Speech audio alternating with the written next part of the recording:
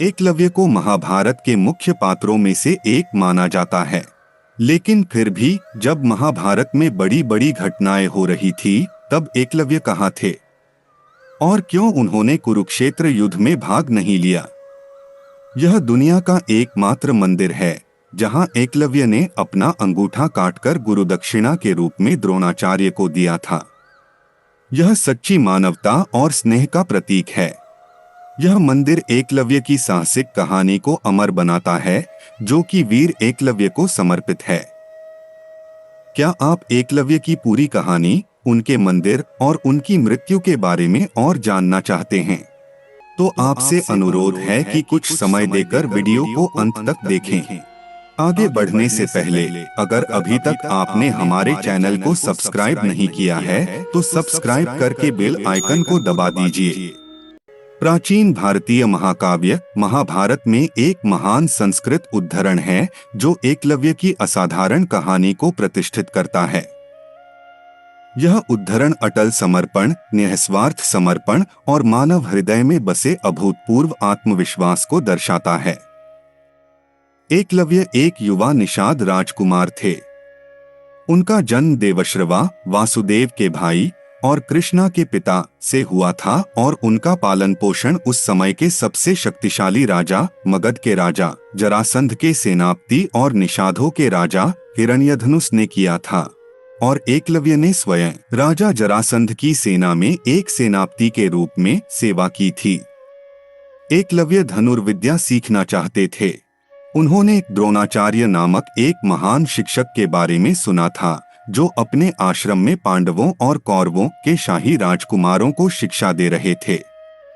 एकलव्य भी उनसे धनुर्विद्या सीखना चाहता था, इसलिए उसने द्रोणाचार्य से संपर्क किया और धनुर्विद्या सिखाने का अनुरोध किया।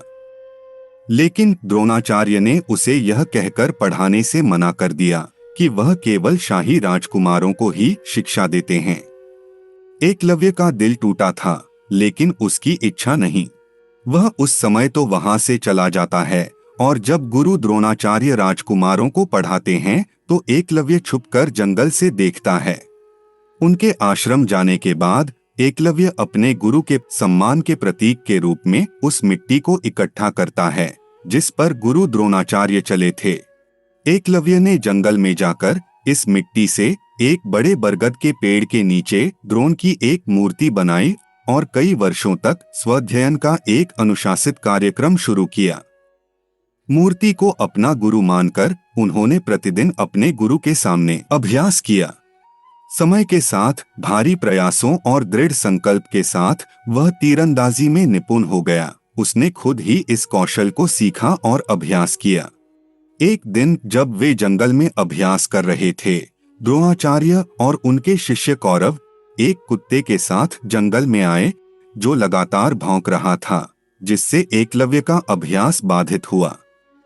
अचानक कुत्ता भौंकना बंद कर देता है और कौरव जांच करने जाते हैं।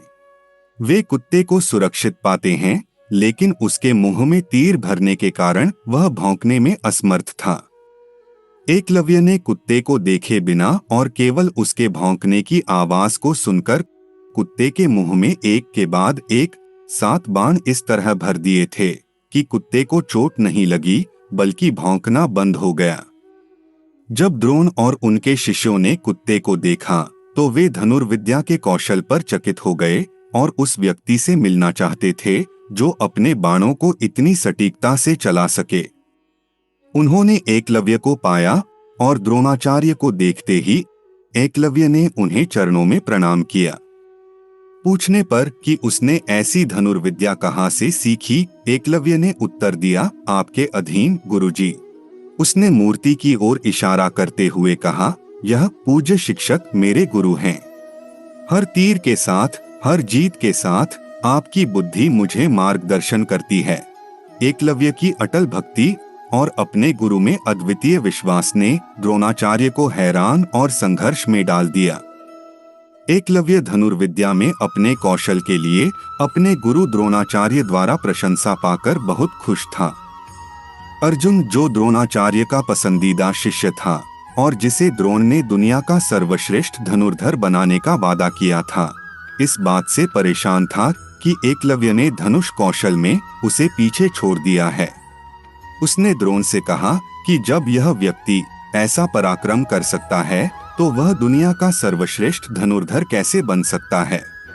आथ द्रोणाचार्य अर्जुन को अपना दिया हुआ वचन निभाने के लिए एकलव्य से कहते हैं कि चूंकि वह द्रोणाचार्य को अपना गुरु मानता है, इसलिए उसे गुरु दक्षिणा देनी चाहिए।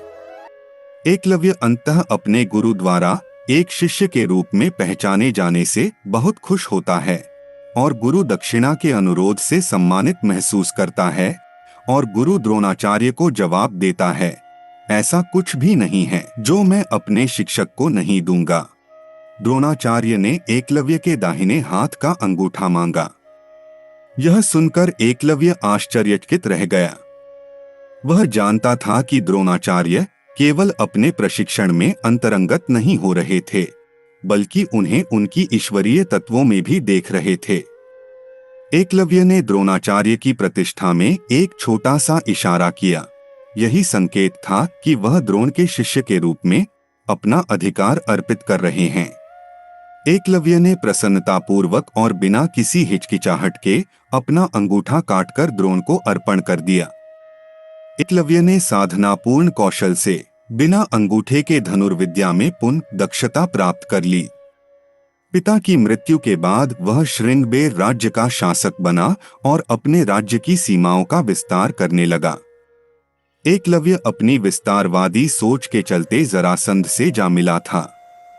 जरासंध की सेना की तरफ से उसने मथुरा पर आक्रमण करके यादव सेना का लगभग सफाया कर दिया था। इसका उल्लेख विष्णु पुराण और हरिवंश पुराण में मिलता है।